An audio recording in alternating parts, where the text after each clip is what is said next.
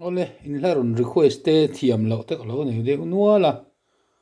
poi khop maya a har de ulek bok thin te po niang in thiam lom em ani zabes fan a in Khawvel chhuahsanila ti la harun request le a he la hi sai nu na leng lal kan ti fa nai lal phuah kha nia a phuah dan hin soi lokila sai lian thagi chiatlang chona pasal dai kunga suna lungleng chu ni tin mai hian a pasal than a kalina trapa a tong trai thina a fanu rang ji ki chuan mi te point pasal an lo sun tangai kanu em hi chu at poi at pha mai nga sin ti te na zil hiar thina sai lian thangi chuan a tong trai na thu chu a fa pasang nu na zia chu ti ra he tiang hian an zia ka Khawvel chhuahsanila nu tiang hoi to lovin lim le lo ma kal ma sa ten pial ra ram moi no ma min nga ke kum khonun na chuan ente lalpa kan len na ram lungai na hi thale hre omani ti na hian thian min then fo thin iram kan thlen ma chuan lal Emmanuel a khopui zai ona chuan then na om lo an ti chu ta lungai fa te jong chu in to khom ka ngak lil ti in khadi khan aziak chuak ani la thu hi chu sai lian thagi phuah hi ni deuh ma zoka ti khan ipu sai nu na lo kal huna kan en ti ranga anin hla a siam rem thiamang atia pu sai nu ne kan soyang khan leng lal ania mun rang a jin ko la tian chia tlanga a kal tum chuan an lo mu tira ti chuan a cham pha hiala chuan he hla moi tak mai hi lo phuah chuak ta ani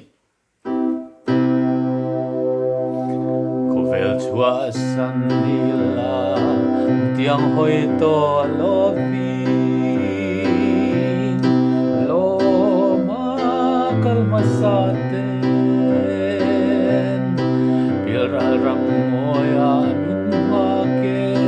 kum kho nom na chuan trale ram lung ai na Khawvel ka chen hi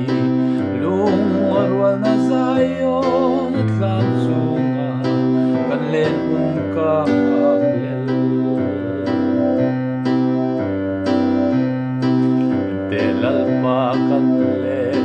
na ram lung ai na hi khale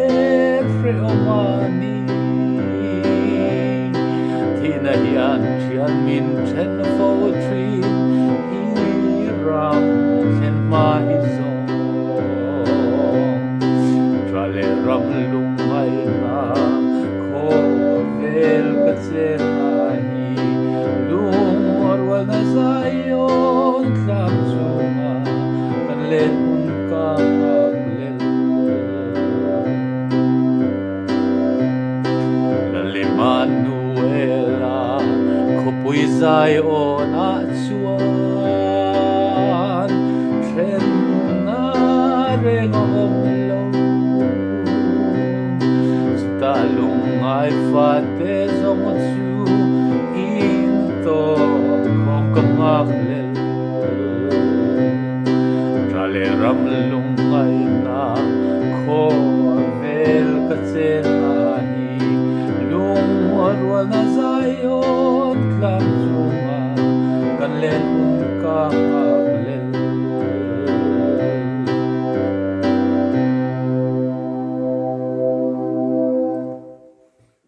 ti khan to mai sila thang